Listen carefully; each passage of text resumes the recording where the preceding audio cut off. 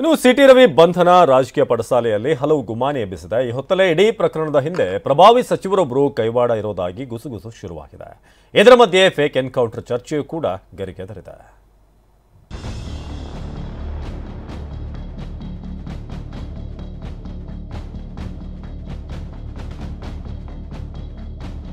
ಗೃಹ ಇಲಾಖೆ ಅಧಿಕಾರಿಗಳನ್ನ ಓವರ್ಟೇಕ್ ಮಾಡಿದ್ರ ಪ್ರಭಾವಿ ಸಚಿವ. ಪ್ರಭಾವಿ ಮಂತ್ರಿಯ ನಡೆಗೆ ಗೃಹ ಸಚಿವ ಪರಮೇಶ್ವರ್ ಬೇಸರ. ಡಿಸೆಂಬರ್ 19ರಂದು ರಾಜ್ಯ ರಾಜಕಾರಣದಲ್ಲಿ ಅತಿ ದೊಡ್ಡ ಹೈಡ್ರಾಮವೇ ನಡೆದು ಹೋಗಿತ್ತು. ಬೆಳಗಾವಿಯ ಸುವರ್ಣಸೌಧದಲ್ಲಿ ಬಿಜೆಪಿ ಎಂಎಲ್ಸಿ ಸಿಟಿ ರವಿ ಅವರನ್ನ ಪೊಲೀಸರು ಜೀಪ್ ಹತ್ತಿಸಿದ್ರು. ಈ ಬಂಧನದ ಹಿಂದೆ ಅದೊಂದು ಕಾಣದ ಕೈ ಇರೋ ಬಗ್ಗೆ ಅನುಮಾನ ಶುರುವಾಗಿದೆ. ಘಟನೆ ದಿನ ಬಂಧನದ ಸುತ್ತಮುತ್ತ ಏನೇನಾಯ್ತು ಅನ್ನೋದರ ಕಂಪ್ಲೀಟ್ ಇನ್ಸೈಡ್ ಮಾಹಿತಿ ಟಿವಿ9ಗೆ ಸಿಕ್ಕಿದೆ. ಏನದು ಅನ್ನೋದನ್ನ ತೋರಿಸ್ತೀವಿ ನೋಡಿ. ಸಿಟಿ ರವಿ ಬಂಧನ ದಿನ ಅಂದ್ರೆ ಡಿಸೆಂಬರ್ 19ರಂದು ಪ್ರಭಾವಿ ಸಚಿವ ಸಭಾಪತಿ ಕೊಠಡಿಯಲ್ಲಿ ಕುಳಿತಿದ್ರು. ಕೇಸ್ ದಾಖಲಿಸೋಕೆ ಅಧಿಕಾರಿಗಳಿಗೆ ಬುಲಾವು ಕೊಟ್ಟಿದ್ರು.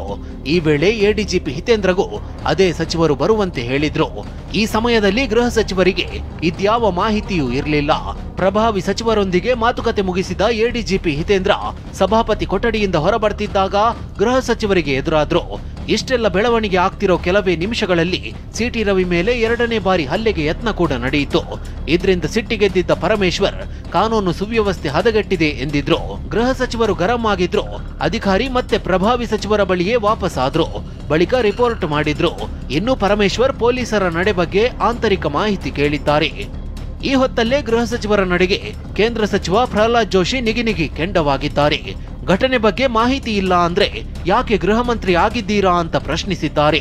ನಿಮ್ಗೆ ಇಡೀ ರಾತ್ರಿ ಸುತ್ತಾಡಿಸ್ತಾರೆ, ನಿಮ್ಗೆ ಗೊತ್ತಿಲ್ಲ ಅಂತಂದ್ರೆ ನೀವು ಯಾಕೆ ಗೃಹ ಮಂತ್ರಿ ಆಗಿದ್ದೀರಿ? ನೀವು ಆ ಜಾಗದಲ್ಲಿ ಇರಲಿಕ್ಕೆ ಅರ್ಹತೆ ಇದೆಯಾ ಅಂತ ಅನ್ನೋದು ಅವರವರೇ ಪ್ರಶ್ನೆ ಮಾಡ್ಕೋಬೇಕು.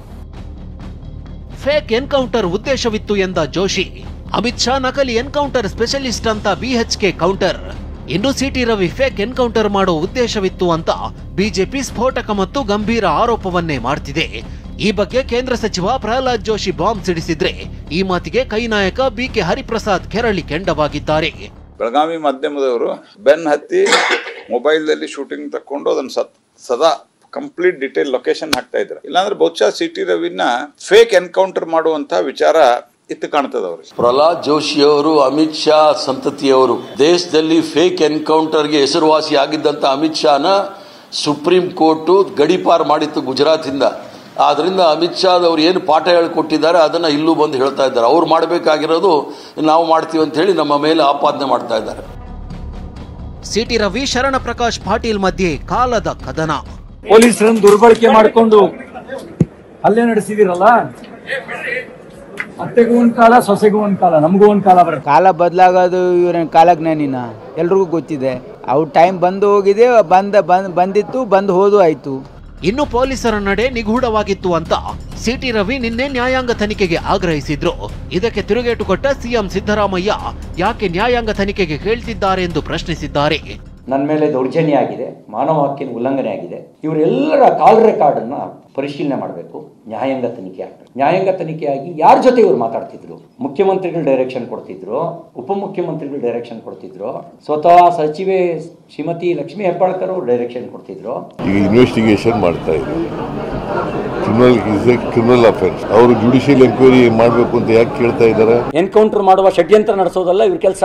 ನ್ಯಾಯಾಂಗ ತನಿಖೆ ಆದ್ರೆ ಇವ್ರು ಹುಳುಕು ಹೊರಗೆ ಬರುತ್ತೆ ಅಂತ ಹೇಳಿ ಭಯನ ಇವರಿಗೆ.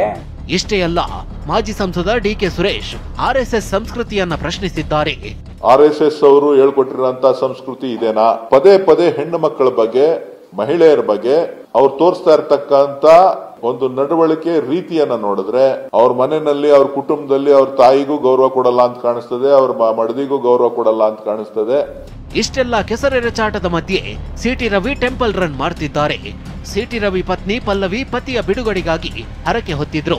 ಹೀಗಾಗಿ ದಂಪತಿ ಚಿಕ್ಕಮಗಳೂರಿನ ಬಸವನಹಳ್ಳಿಯಲ್ಲಿರುವ ರಾಘವೇಂದ್ರ ಮಠಕ್ಕೆ ಭೇಟಿ ಕೊಟ್ಟಿದ್ದಾರೆ. Bureau report ಟಿವಿ9.